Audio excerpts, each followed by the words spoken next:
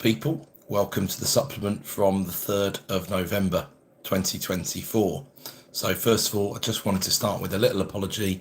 I haven't had any time in the past couple of weeks, even at the weekends, to find sort of 30, 45 minutes, an hour, whatever I need to be able to upload a video or upload to any of the podcast platforms or anything like that. So I hope you'll forgive me. It's been an extremely busy couple of weeks. I can't remember ever having had such an intense couple of weeks in my professional career ever at any point. That's how amazing it's been, and primarily because of what was speculated to be happening in the budget, of course. And of course, this week we're going to get into that. So as you'll know, if you've listened before, I always like to start with a quote, and this week's is, "Rachel, it's too late to say you're sorry." Now, in my head, that's going to the tune of Kaylee by Marillion, if you're familiar with the song. A little bit of a bit of artistic license on the lyrics there as well, but you'll understand why. So before I get started in earnest, I just wanted to urge you to get those tickets bought for the next property business workshop that I run with Rod Turner. Thursday, the 16th of January 2025 will be the one. We're going to be covering productivity, planning for the year, strategic planning, and financial accounting and bookkeeping. And why are we doing that? Because we constantly see property businesses struggling with appropriate financial reporting, accounting and bookkeeping, and making the same mistakes time and time again. So this will help you to get a complete handle on the financial performance of your company or group when you aren't at a level yet where you can afford a CFO or a financial controller. And as always, it will be an action-packed, content-filled day which will stand alone in helping to advance your understanding as a property business owner. So there is a link, and the super early bird tickets have got a genuine 25+% discount on them. They're available in limited numbers. You just need to go to bit.ly/PBWFIVE, PBW5. So there's obviously no hiding from the fact, and no doubt that this week's deep dive will focus almost exclusively on the autumn financial statement, the budget from this week. And we'll see if Rachel has earned her derogatory nickname or not. So I called this week's piece Rachel Thieves with a question mark, not an allegation that I'm alleging myself, but obviously it is a nickname that has been passed around the media over the recent weeks. And did she earn that this week or not? But really, more importantly, who are the real losers going to be from this budget? So before I tuck into that, and this isn't the shortest one I've ever delivered, let's face it, I'm still going to crack on with the usual suspects and keep our structure. So, Chris Watkin, first of all, asked himself that question one more time. What's currently happening in the UK property market? Chris is a property stats guru. If you don't know him, he analyses all the data from UK portals, which is aggregated for him by a piece of software called 20EA on a weekly basis. And I just love real-time, or as real-time as possible, snapshots and pictures of the market that we can piece together. There's nothing better for staying informed. Listings took a dip, with no doubt the budget timing causing that little bit more uncertainty in the market. Budgets have, of course, made a difference, and those have been announced at different times over the past few years. 2022 will spring to mind, of course, naturally, and so the week-to-week comparisons are less useful than they often can be this week and next week, really. But sold subject to contracts weren't hurt too much, though, with 26,000 nearly being marked sold subject to contract in the week in question, 24% higher than the same week 12 months ago. So let's not lose sight of that difference and how much better shape the market is in than it was 12 months ago. The uncertainty didn't put deals off from being done, although of course sold subject to contract doesn't mean people don't pull out, of course. And then the fall through stayed at about 1 in 4 sales at the moment, which is very much in line with the 7-year average. It's next week's figure that we're going to have to watch, and the week after's, with care. So net sales moved ahead of 2022's number at the same point in the year this week. Still a healthy print on the year, and 5.7% above the pre-pandemic average of 2017 to 19. The real-time market take has to change after the budget for reasons I'll get into later. But the facet that's going to grip this market in the next 5 months or so is this new stamp duty cliff from 250k currently back down to 125k. On transactions of 250k or above that are not first-time buyer transactions and not second home or corporate property investor transactions, it'll be worth 2.5 grand. And then on transactions between 125 and 250, it'll be worth 2% of the difference above 125. So look, you might think, well, it's not big money in a property transaction, is it? But just trust me on this one, from experience, it will create hype, and hype is all that's needed to force people into transacting faster than they otherwise would. It won't be massive, but it will be meaningful. It isn't all irrational behaviour around tax either. If you're borrowing 90 or 95% of the money against the property, then another 1% on the purchase price might be 8 or 9% more cash you've got to find. Or it might even be 16 or 18% more cash you've got to find if you're using a 95% mortgage. So what does this mean for property investors? Well, list your sales strategically. Perhaps watch the market for a week, perhaps just list now. Certainly be prepared to list on the day and get carried away with the usual hype. Or alternatively, make an impact in the first weekend of the new year after the kids are back to school. It depends on what you're selling and where you're selling it. If you're selling investor-only stock, you might need to sit on it until 2025. I think the auction sales are going to be tumbleweed in November for the vendors. There's still the same money out there looking for the right lots and the bargains, of course, but many buyers are going to be looking to load the entire new 2% stamp duty extra onto the vendor so that their already tight margins hold up. Plenty more on that later though, of course. That's just a soupçon. So as usual, I go into the macro. We have to look at the Bank of England Money and Credit Report. We've got to look at the nationwide house price index. That's our fare, of course. It's that time of the month. And then there's room for a look at the final Manufacturing PMI for October too. And then our friends, the gilts and swaps, who basically after this week have cemented their place in the supplement macro summary for at least another year, let's just say. That will then segue nicely into the budget. So the Money and Credit Report, just a reminder, what makes the headlines from this report? Well, the number of mortgage approvals, usually. So this is a report on September. And if you take a rounded view, rather than saying, oh, Wednesday's ruined everything and all the rest of it, there's going to be a difference between September, which is a naturally buoyant month for listings and sales, and an okay month for completions. October, with that uncertainty, which affected business more, but people work for businesses and own businesses that sell and buy property. So that more uncertainty as we neared the budget. And then November, where I think people are going to be working to try and understand budget implications for a week, 2 weeks, maybe for a whole month.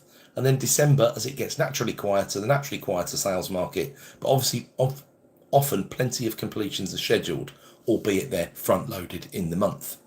So what else do we like to look at in the report? Money supply, and also any signs of credit pressure or over leverage in any area. Personal loans, unsecured debt, for example, and overall credit health. So what did the report say for September? Well, on a net basis, mortgages were paid down by £300 million. So on a net lending basis, less money was put out there in September this year. Approvals for new house purchases mortgages, though, went over the magic 65,000 for the month. Just about 65,600, not a lot more than the month before, but really that 65k is the bottom end of a really quite healthy market when you're getting that level of mortgage approvals, or at least it was before the budget. The highest level since August 2022, when the level was 72,000 approvals, and remortgages were back over the 30,000 mark at 30.8k. The net consumer credit was up by 1.2 billion on the month, and money supply was up fairly significantly by 0.6%. Why did we look at the money supply? Well, because we expect that money to find a home, and it can be inflationary, although the money supply is still not up as high as where it was in September, October 2022. Then the effective interest rate, it dropped to 4.76% on newly drawn mortgages. So everyone who drew a mortgage in September completed on a property is paying an average of 4.76%. And then the rate on the outstanding stock of debt moved from 3.72 to 3.74. So we're just about a full 100 basis points apart now on existing versus new debt. So that average is still climbing month on month because it's more expensive than the existing, because of course some people are still lucky enough to be sitting on cheap mortgages from years ago. So consumer credit growth stayed at 7.5% year on year, which isn't sustainable in the long run and needs to be monitored. But really, it's symptomatic of the cost of living crisis and the reinflation of debt after the pandemic, when a lot of it was paid down. The question is, what does it look like in another 6 to 12 months' time, really, rather than sensationalising the current figures? Interest rates are at new highs, but 22 to 23% on credit card and overdraft debt compared to 20 to 21% during much of the time series isn't an incredible problem on its own. And then the final conclusion from the report is that lending to small and medium-sized enterprises is still in a shrink phase rather than a growth one. It has improved, but still low single-digit negative growth per year in SME lending. I can't imagine the budget will be inspiring confidence in SMEs to go out and grow. And then, almost in concert with many recent reports, Nationwide reported the breaks going on in October in the housing market. 0.1% up month on month in prices, 2.4% year on year. Their chief economist didn't change his overall impression of the future housing market path, and you can't blame him. He still sees gradual growth with affordability improving thanks to incomes continuing to improve. Next year might prove to be a sticking point there, with employers' national insurance contributions taking up a bigger share of the pie. He also sees slowly decreasing interest rates, which sounds like a fair shout, and they usually just ignore the supply side constraints, expecting them not to influence prices too much. Although we know from previous weeks that supply has been particularly poor in terms of new units and housing starts, and they have not yet really picked up any meaningful pace.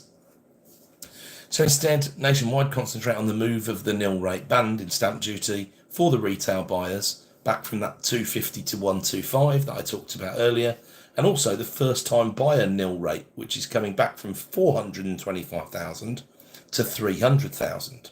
They can't see anything other than a really busy 3-month period between January and March, which I'd be inclined to agree with, and then they see 3 to 6 month period of weakness afterwards.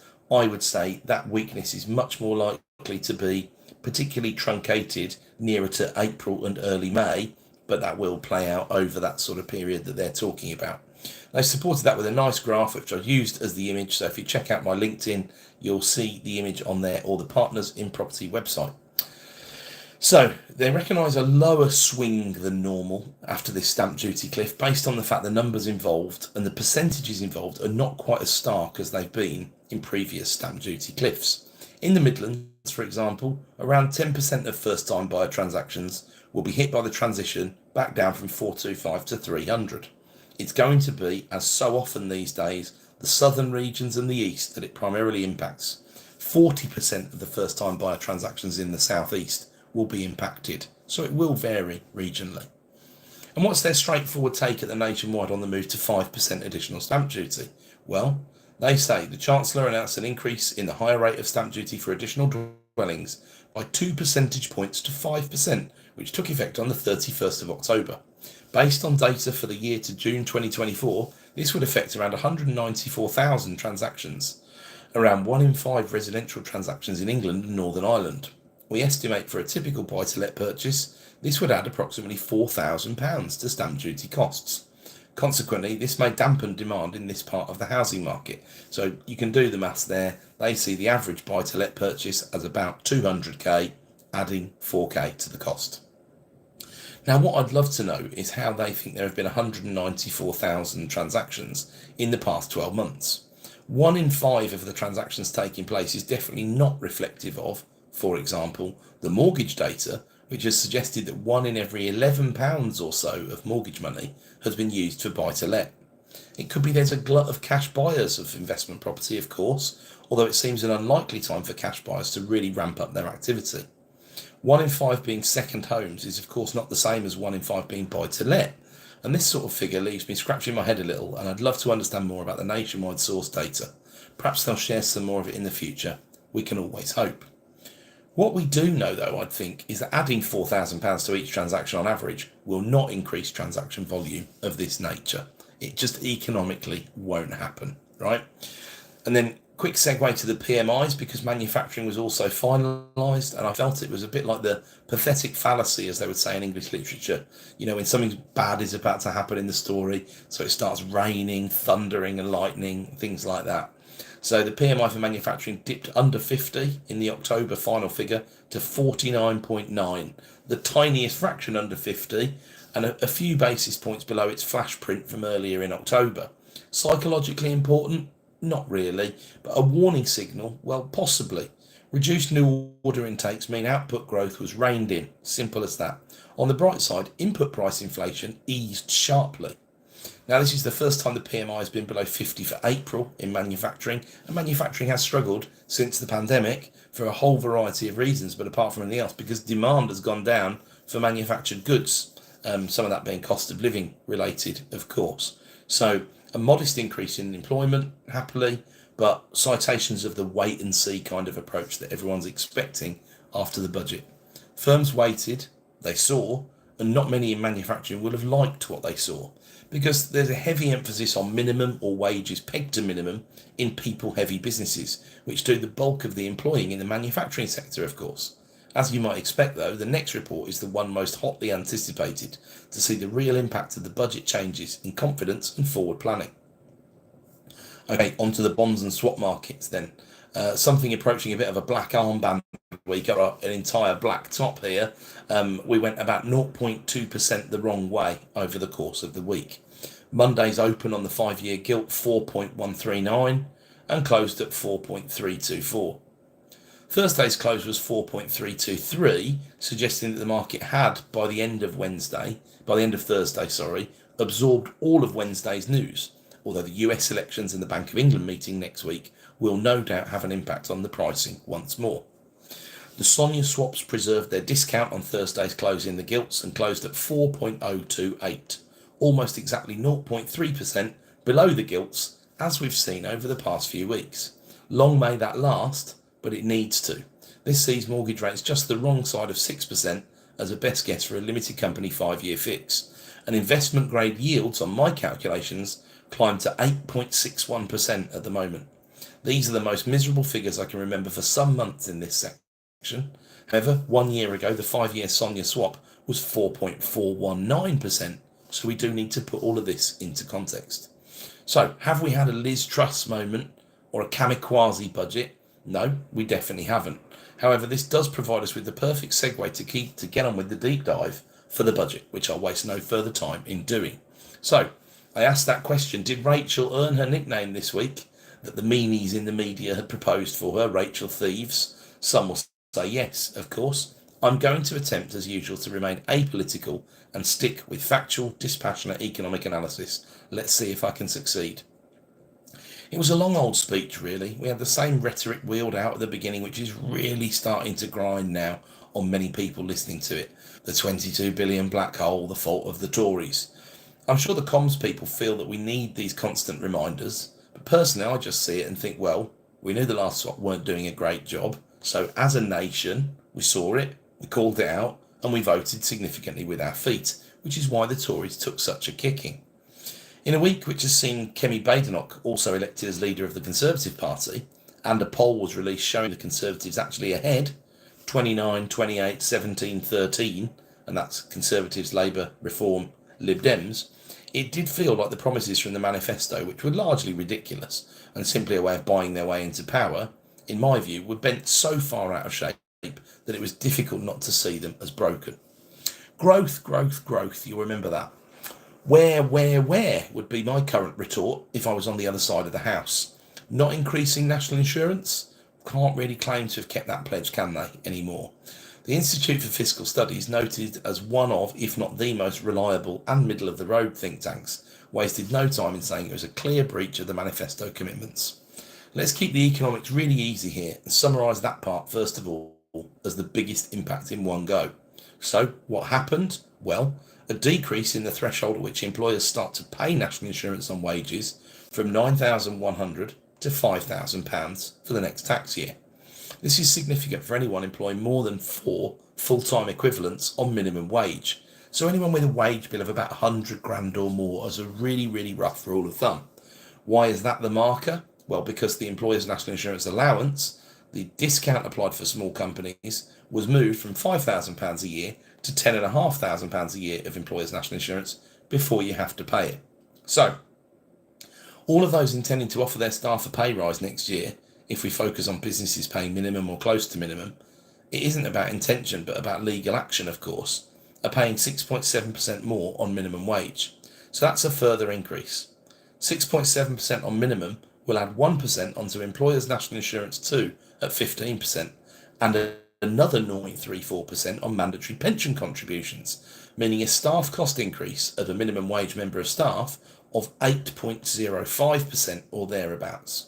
And that's before we consider the move in the threshold, as above, from 9,100 down to 5,000, which would mean an extra £615 per year for all staff above those 4 full-time equivalents I mentioned above. So that would add roughly another 2.7% on the cost of a full-time equivalent staff member, making it a total increase in staff costs of 10.75% for national minimum wage staff members. This isn't far off the increase in April 2024, which was around 11.3%. And if you've got more minimum wage staff members who are between 18 and 21, for example, the increase is even more in percentage terms. So I hope that you can see quite easily from that people-heavy businesses are hit hard, particularly if they're paying around that lowest legal level. You can probably understand why many don't have much sympathy for those businesses, but let's just talk who we're actually talking about. Well, care groups, restaurants, hospitality or hotels, pubs and clubs, retail, cleaners, arts and entertainment, and then vehicle repair and agriculture to a lesser extent. The ONS have released an interesting paper this week, which I'll analyse in the future, about low and high pay in the UK. Low pay, as they've defined it, was almost completely wiped out as of April 2024, and moves made in this budget will reinforce that ever further. The definition they use of low paid is not within 2/3 of median pay. Now, there's always a danger in arbitrary definitions, of course, but that's one for another day, as I say. These changes raise 25 billion a year or thereabouts for the satchel for UK PLC, except they didn't, because about 1/5 of that 25 billion comes from the public sector, which of course comes out of the satchel. So that leaves 20 billion then, right? Not quite, because that extra 20 billion reduces corporation tax, of course, and so it becomes more like 15 billion then. Well, not exactly. And this can only be because not all companies make a profit, and also not all companies pay the 25% rate of corporation tax. Of course, the first 50 grand is still taxed at 19%. The figure they settled on in the end, roughly, was around 16 billion. So, really small businesses are better off before considering the minimum wage increase, which means they won't be better off, of course, but comparatively they're not hit as hard. SMEs with more than that 100k an annum wage bill, who employ a vast percentage of the employees in the UK, 90% or more of the private sector employees, are hit hard in an environment where prices have, or maybe I should say had, stabilised, and inflation was right back under control. And yes, inflation is going to creep in here. So I want to just talk about the economic reality, really, because I can't help but think Labour are patting themselves on the back here, primarily because they don't and have never run an SME as a front bench unit, as a near whole. Yes, we've got to consider Polly Gustafsson, of course, the new Minister of State for Investment, who ran Darktrace. But they see this as a nice raid on business and the coffers of the wealthy, the wealth creators, the people they were meant to be encouraging, right? Sorry, I can't resist. So what really happens when costs move up this much and the environment won't swallow huge price increases? Well, one of a number of things. The incidence of this price rise is only going in 3 directions. Number 1, swallowed by the company, who accept continue trading at a lower margin. Number 2, swallowed by the employees, who don't get a pay rise next year. Well, that's not even an option for national minimum wage employers, of course. Or swallowed by the customers of those businesses, who get a 4 to 8% increase passed on in the prices that they pay. And it really just depends on how people intensive those businesses are. And in the real world, of course, you're not choosing between 1, 2 and 3. There'll be a blend, right? Textbook economics will tell you this is about the price elasticity of demand, which I talk about in the context of housing on occasion. But the simple way to understand this is just to think about petrol or diesel prices, right? Petrol or diesel goes up 10%, demand for them doesn't go down 10%. It does go down because affordability kicks in, and also because alternative methods of transport become more attractive, but it goes down 1 or 2%. That's what we describe as inelastic, right? And housing very much behaves like petrol and diesel, because people need roofs over their heads. So in some of the sectors mentioned above, you can probably look through the inelastic and the elastic, and you can usually find the numbers via research papers as well.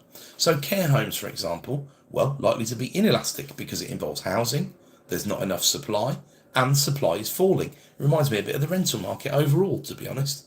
Leisure activities, well, likely elastic because you do them in your spare time, and affordability and substitutes are easier to find, come up with and think of. So look on the other side. A national minimum wage earner will earn 6.7% more, but anyone working 20 hours a week or more at that level will only see 4.82% of that in their pockets, because the tax thresholds mean they lose 28% of that in tax, and they lose more if they're contributing to their pension. So they can afford an inflation rate of 4.82% to stay still, of course. And this sort of bottom-up approach to consumption does feed into economic activity to a large extent. The lower paid have a tendency to consume 100% or even more, because they've become more creditworthy and they use that fact, of any pay rise that they do get. There's some slippage there though, isn't there? 10.75% cost to the company, 4.82% increase in the pay packet. And that's the massive inefficiency of tax, of course, and that cannot possibly stimulate growth. And that's one really simple example, or at least I've tried to keep it simple anyway. And that's really covered what I wanted to cover in terms of the macro consequences of the budget and some of the real numbers that I know people have been asking me for in a hopefully accessible way for this budget. And that leaves us, based on time constraints and attention spans, of course, with the property implications. Now, I may well return to this budget next week, although there's going to be some major news events to consider by the time we come back next Sunday, given the Bank of England meeting, which is a quarterly major one with a full report, let alone what's going on in the United States. So you'll know what's happened by now from the property perspective. I've thrown some references out to it already. HRAD, which is a new acronym on me, or the first time I've seen it, the higher rate on additional dwellings. That was increased from 3% to 5% for individuals, limited companies and other corporate structures. The change was a next day one, so it didn't create a cliff edge. This goes on top of the other stamp duty changes already referred to above as well. I mean, of course, you are going to see more fall throughs come into the market over the next couple of weeks for people who hadn't exchanged, but we'll get into that later on. So a little rundown, a quick exercise with a little reminder, this is about England because stamp duty is a devolved tax these days. So remember, all of these are marginal rates, so you pay a little bit more, a percentage more above a certain point, apart from the £40,000 band, which is a genuine cliff edge. So if you buy a property for $39,999, you pay zero. If you buy it for 40 grand, as of Thursday this week, you're paying £2,000. So it's a huge cliff edge at 40k. So below 40k, no stamp. 40k to 125k, well, before the 31st of October, that was 3%. Now it's 5%. For the next portion, it's more complicated. Before the 31st of October, 3%. This is between 125 and 250. After the 31st of October, but before April the 1st next year, 5%. After April the 1st next year, as a second purchase, anything above 125 grand will have a 7% stamp duty on the marginal point thereof. And then for the next portion, 250 to 925 grand, well, before the 31st of October, that was 8%. And after the 31st of October, it's 10% on that marginal difference. So I don't think I need to go on up through the bands. Everyone can see how chunky that is. You know, the top rate is now 17%, but for an overseas buyer of a second home, it would be 19% because they get a further 2% premium to consider. So Paul Johnson, as I mentioned earlier, still the IFS director at the moment. He is leaving to become the provost of Queen's College, Oxford, put it very calmly. I have said again and again that stamp duty land tax is among the most economically damaging of all of our taxes, and yet we have it increasing again, says Johnson. The increase may just be on second properties, but it is renters who will pay part of the cost as the supply of such properties falls. Now, he's spoken out against SDLT many times. He sees a better alternative as an ongoing tax on owned properties or land, which is more like the American system. SDLT clogs up transaction numbers and chokes them, as he sees it. And of course, he's right. So let's go back to our logic, followed through from the employer's national insurance situation. What will happen on the back of all this? Well, vendors might roll over and just accept offers that are 2% lower. Purchasers might roll over and just pay 2% more, or the middle ground somewhere between the two, depending on the motivation of both parties. And we all know that number 3 is the most likely. Margins are cut once again and transaction volumes will fall. So is this woe is me or woe is us? Not necessarily. There are further nuances too, which we'll get into. Because there's a second side to this, of course. What I'm seeing metaphorically as the moat, right? How easy is it now to buy more property? Well, it's harder and it's more costly. No one can deny that. What does that mean for those who already own property? Well, it means less competition. Why? Well, what we would normally call dispassionately organic wastage, right? People leave the market on the supply side every day. Had enough is the popular narrative, but death, debt, divorce tells more of a story. Tenant moves on, vacant possession. A large percentage of that stock will go on the open market or into the auction market if condition is particularly poor as a rule. Tenant in situ, much more likely to go straight to auction. What features is almost any property share if it's been held for an average of 15 years. That's the most recent number I can find on the average hold time for a buy-to-let landlord. Hamptons quoted 17 years in 2015 after one of their surveys, which compared at the time to 14 years for the average owner-occupier. Now, in recent years, the owner-occupier number has been closer to 22 years, but let's just stick with 15 years as the idea.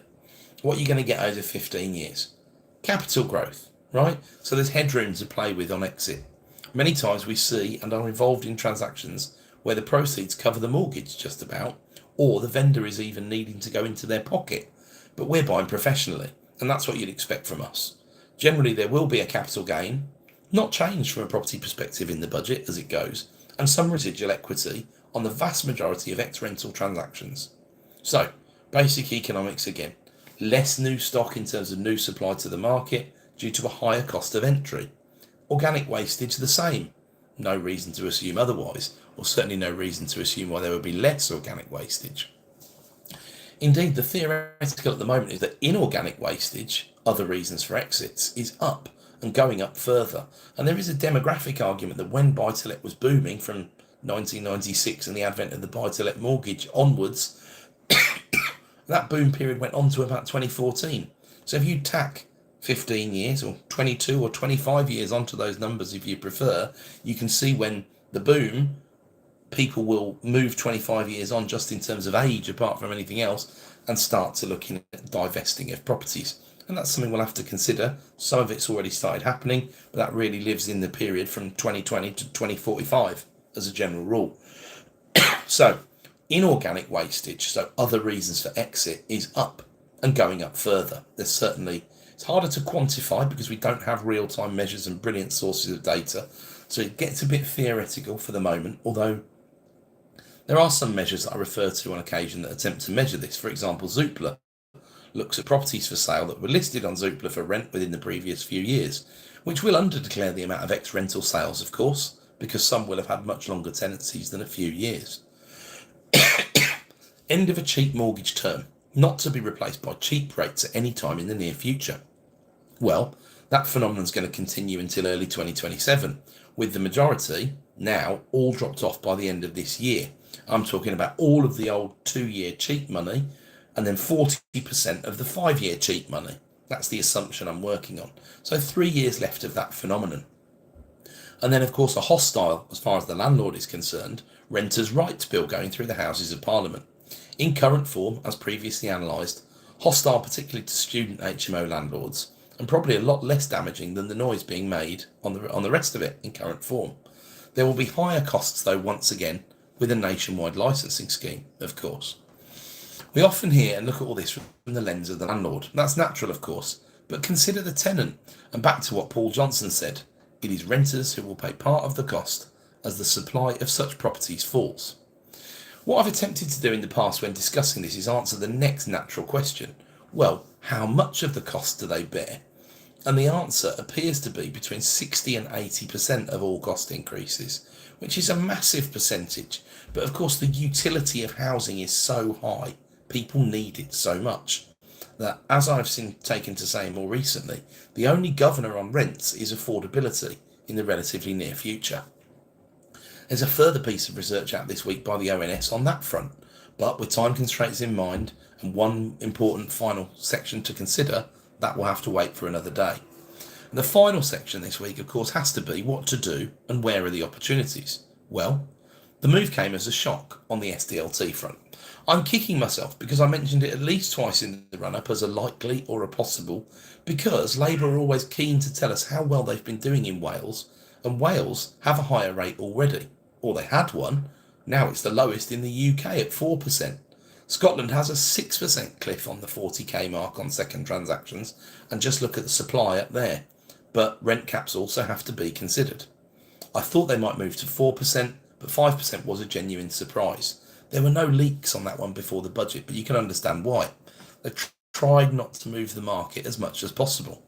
Just one piece that I've been quoting from the actual autumn statement summary on the government website to answer the question that many people have had: what if I'd already exchanged before the budget? Well, under the heading on the Autumn Budget 2024 gov.uk page, under Delivering Tax Commitments, those who exchange contracts prior to the 31st of October 2024 are not affected by this rate increase. So, what to do? Sale agreed? Renegotiate? Exchanged? Don't worry, but prepare for a battle to educate your solicitors. This is interesting because it goes somewhat against what HMRC says about stamp duty in general, but you would have to consider what it says on the government website to take precedent, I believe. And HMRC not to really have the appetite to go after buyers at this point who would exchange prior to the 31st of October. So what will happen now in the immediate future? Well, you'll have noticed, I hope, that it's November now. December's up next. Many buyers will be put off in the short term, leaving the same as usual supply of properties on the market, in auctions, etc., and fewer buyers. That means the buyers that remain will pay lower prices. Can you negotiate more than a 2% lower price than last week? I would say absolutely, and I'll be gunning for 5 or 7% more off. 65 pence in the pound is the new 75 pence in the pound for the rest of 2024 anyway. Are you trading in the 125 to 250k segment? Lots of people listening will be. Well, prepare for heat, especially after Christmas, as some buyers lose their heads and do irrational things to beat the deadline. For example, paying more than 2% more for a property in order to save themselves 2%.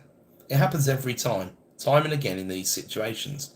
It won't be a ridiculous one like April 2016, but it will be very clear in the activity. Consider sales of properties in this bracket sooner rather than later if there's any you're thinking about getting rid of. Still want to expand your portfolio? Well, consider the non-residential rates, which haven't changed. 6 properties or more, as long as they're self-contained units, will pay the non-residential rates, for which transactions of 250k is £2,000. And that's just 2% on the difference between 150 and 250, and then it goes to 5% above that.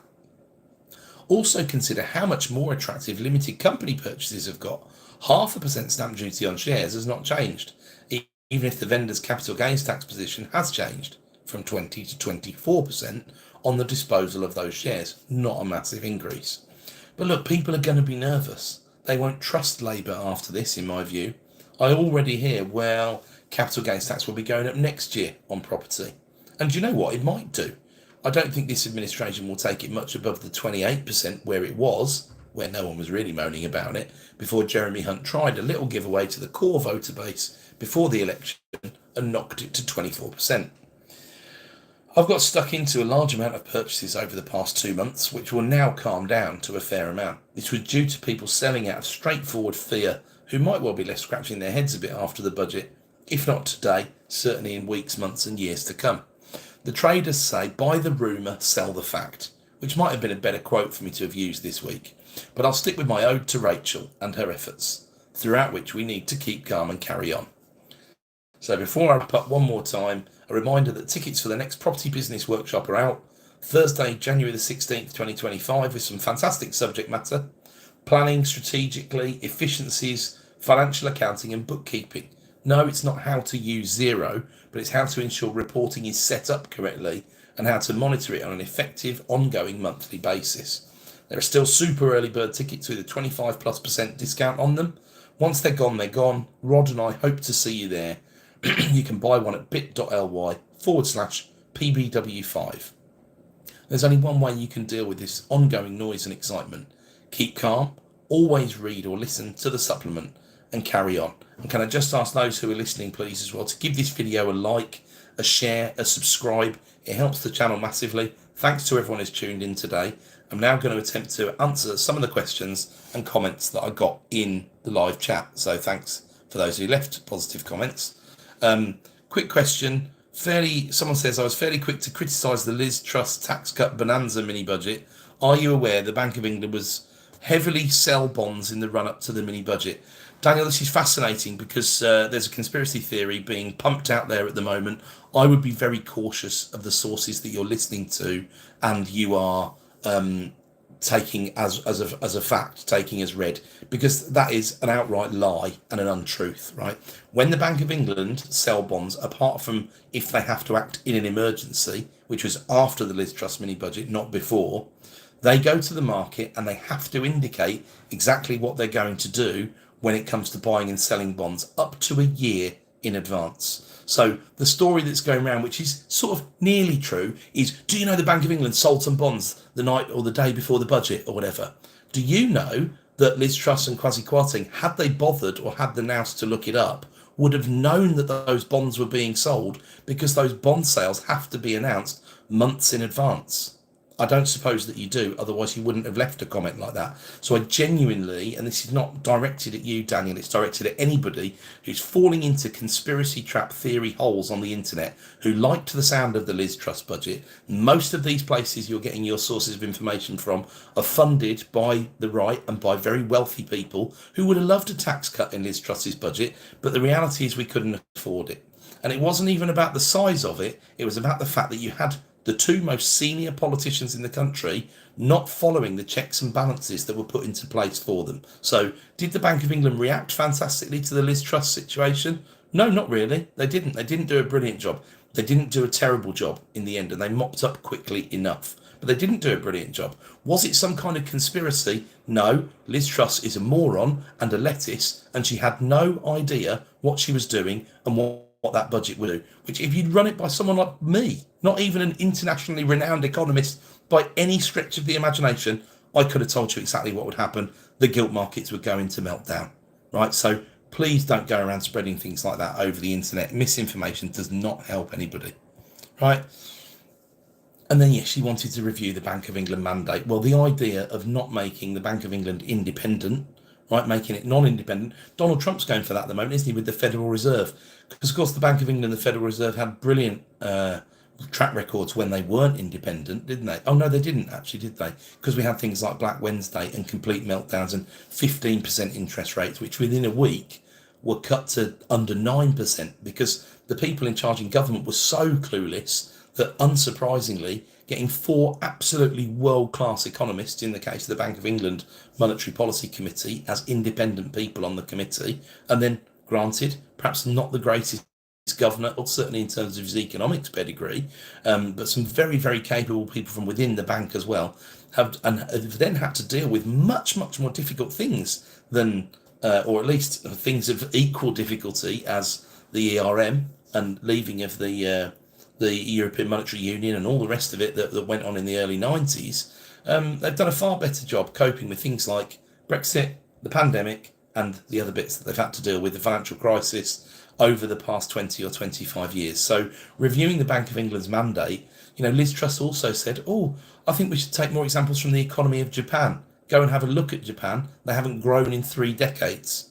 Population is shrinking. They've got a worse demographic problem than we've got, a massive problem with their population pyramid, and they're going to have some real difficulties on an ongoing basis. The reality is they were miles ahead of us some time back because they'd grown so fantastically right up until the end of the 80s, and since then, standards of living and all the rest of it have basically done nothing at all. So if you want a country like that, sure, you put someone like Liz Truss in charge, or you put someone like Reform in charge, unless they can get themselves a reasonable Chancellor of the Exchequer, rather than the nonsense economic policies they were pumping out before the last election. So, blood pressure down, rant over. I still appreciate the comment, and I hope that everyone listening has got more comments and further thoughts on that, because I'm very happy to answer them, but I won't indulge in falsehoods, and I won't see them propagated on the channel or over the internet without taking a pretty strong position on them.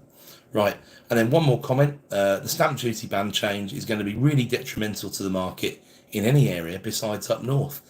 It will have more impact. I think, Xander, you're absolutely right with that comment. It will have more impact in the south, and the impact will filter back across the country, and you've got these double changes. Everybody's focusing on the 3% to 5%, but don't forget what it's going to do to this 125 to 250k band, So it will certainly be the case that we may well be concentrating purchases on either units below 40k, great if they're the right thing in the right area. Units below 125k, because the marginal difference is not what we want to get involved in, although it doesn't make that much difference because it's marginal rather than that 2 grand that kicks in at the 40k level, as I said earlier on. So we've got to think about that as well. Then we're also going to be concentrating, as we have been anyway, on limited company purchases, portfolio purchases, because we're going to go to the non-residential rate of stamp on those, purchases of 6 units or more from the same vendor. So the way the stamp duty rules evolve are going to change. It'll also mean flips get even harder than they already are, but then flips that come out of probate comparatively become more attractive. So you'll see doors are closing and opening all over the place. The reality of this budget, in my opinion, is that more windows and doors have closed than have opened on the back of it for the moment, but the balance is nowhere near as bad as some people are making out. So we're really talking that in reality, maybe 60% of opportunities are closed down, 40% of opportunities have opened up. It's about changing, it's about understanding them, it's about adapting your business models to them. And my sympathy to those like I do who have lots of employees out there in some businesses, things like care, where no, we don't pay the national minimum wage, but we're pegged to the national minimum. We pay a premium above it. We might pay the national living wage. Things like that. That's changed. What will happen, as I say, 60 to 80% of that will be passed on to our customer base. There is just no two ways about it. That is what's going to happen in care. What will also happen is that the local authority funded residents will not accept that 10.75% figure that I had in there earlier, and they won't put fees up by anything like that. They'll say, well, minimum wage is up 6.7, so we'll give you an extra 4.8%, or a number that they make out of thin air, which means fewer and fewer and fewer people will be able to be funded in local authority funded care homes, because they'll end up closing down, because the margins are getting cut and cut and cut year on year on year. And we've already gone to the well so many times with this stuff. There is no more room. It's not like government gives money away. In certain areas they do in massive ways, especially when they go into a huge project like an HS2 or a track and trace scenario or whatever, and then it's many, many billions. But don't confuse yourself with day-to-day business, which government, generally speaking, are pretty good at controlling the cost of. It's what they can't control at the moment that's causing the problems, including things like temporary accommodation, for example. And of course they are controlling that to an extent, because what they're doing to the rental market is forcing more and more and more and more and more people into temporary accommodation. But unfortunately they don't understand that at any sort of level, and I remain at their disposal to give my time for free to anyone in policy who wants to listen to the very logical and economic reasons dispassionately that I set out. I often get accused on the internet of talking my own book or being involved in self-interest. I don't operate like that. I look at the reality, I look at the truth. If property stopped working and I realised it before everybody else, yes, I may well tell the people who bothered to put the time into listening and reading to the supplement, but I would sell my portfolio and move on and do something different. Now, I don't see that happening, because the problems that there are to fix are so great that there isn't going to be any way to fix them. And what you're going to see is more and more housing providers and more local authorities leasing properties back from private sector landlords.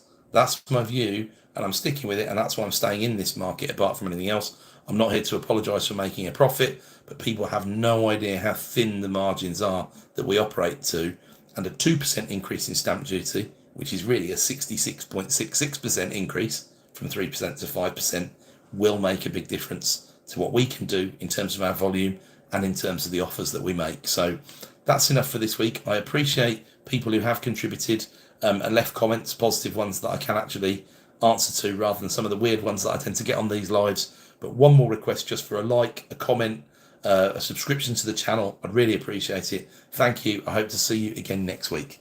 All the best.